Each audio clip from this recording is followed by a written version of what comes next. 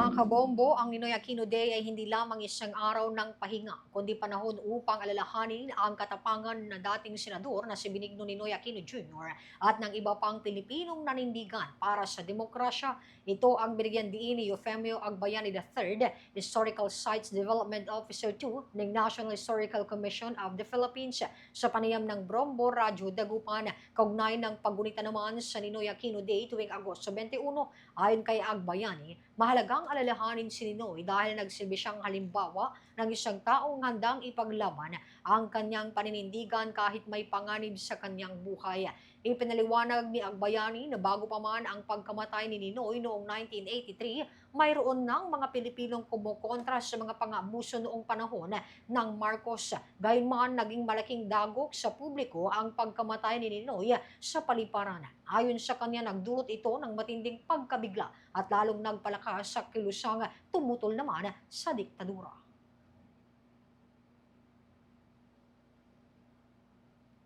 The democracy that resulted in the EDSA People Power Revolution, the democracy that Ninoy Aquino fought for, was the same democracy that elected Marcos Sr.'s son as president right now. So, paano natin i-reconcile ito ngayon?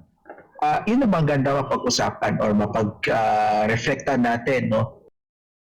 Naman ni Biena Gonzalez, ang Vice President ng August 21 Movement, na mahalagang alalahanin ang naging sakripisyo ni Aquino para sa kalayaan at pagbabalik ng demokrasya ng bansa. Bago siya naging senador, nagsilbi rin si Aquino bilang alkalde at gobernador sa Tarlac. Sa kabila ng banta sa kanyang buhay, pinili umano nitong bumalik sa Pilipinas upang ipagpatuloy ang kanyang paninindigan para sa karapatan at kalayaan ng mga Pilipino. Itinuturing si Aquino bilang isa sa mga naging simbolo ng pagkakikibaka naman para sa demokrasya dahil sa kanyang hangaring maibalik ang demokratikong pamamahala at mapapangalagaan ang karapatan ng bawat Pilipino.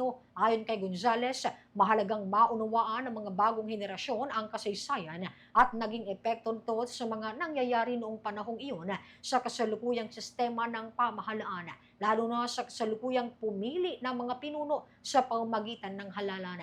Samantala, nakatagdang magsagawa naman ng reenactment ang August 21 movement sa arrival ni Aquino sa bansa bago siya paslangin noong August 21 na 1983.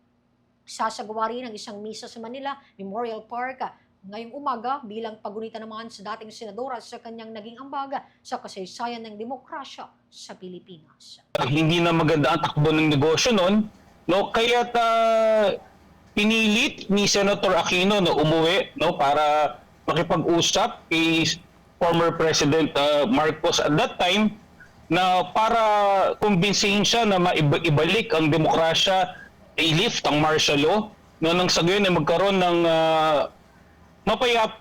maging mapayapa ang ating bansa ng mga panahong iyon.